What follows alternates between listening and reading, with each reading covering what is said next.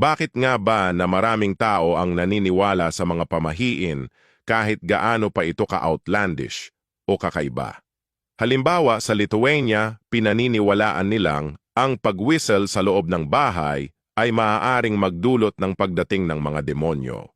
Sa Pilipinas naman, ang mga tao ay hindi diretso umuuwi mula sa burol dahil sa takot na sundan sila ng kaluluwa ng yumao.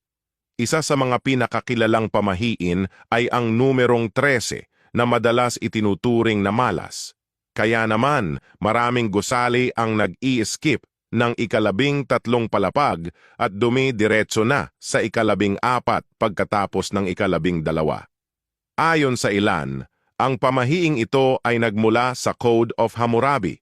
Ayon sa alamat, wala ang ika-13 batas sa listahan ng mga legal na alituntunin ng Code of Hammurabi. Subalit, ito pala ay isang pagkakamali lamang ng isa sa mga unang tagasalin nito na hindi sinasadyang nakaligtaan ang isang linya ng teksto. Ang totoo, ang mga batas sa dokumentong ito ay hindi naman nakalista ng numerikal, kaya ang sinasabing pagkukulang ng ika-13 batas ay isang kalokohan lamang.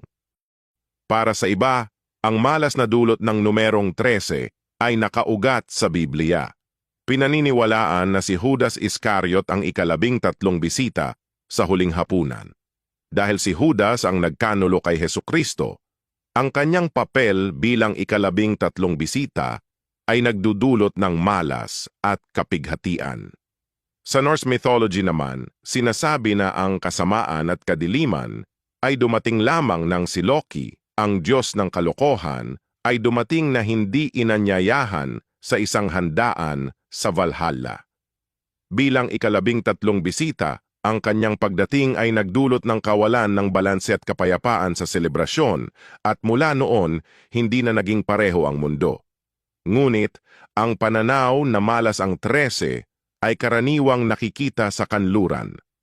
Sa mga East Asian na kultura, ang numero 4 ang itinuturing na malas dahil sa pagkakatulad ng tunog nito sa salitang kamatayan sa Chinese at iba pang wikang naimpluwensyahan nito.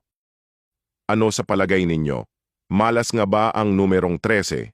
Ano-ano pang mga pamahiin ang pinaniniwalaan ninyo? Ibahagi ang inyong mga opinyon sa comment section sa ibaba.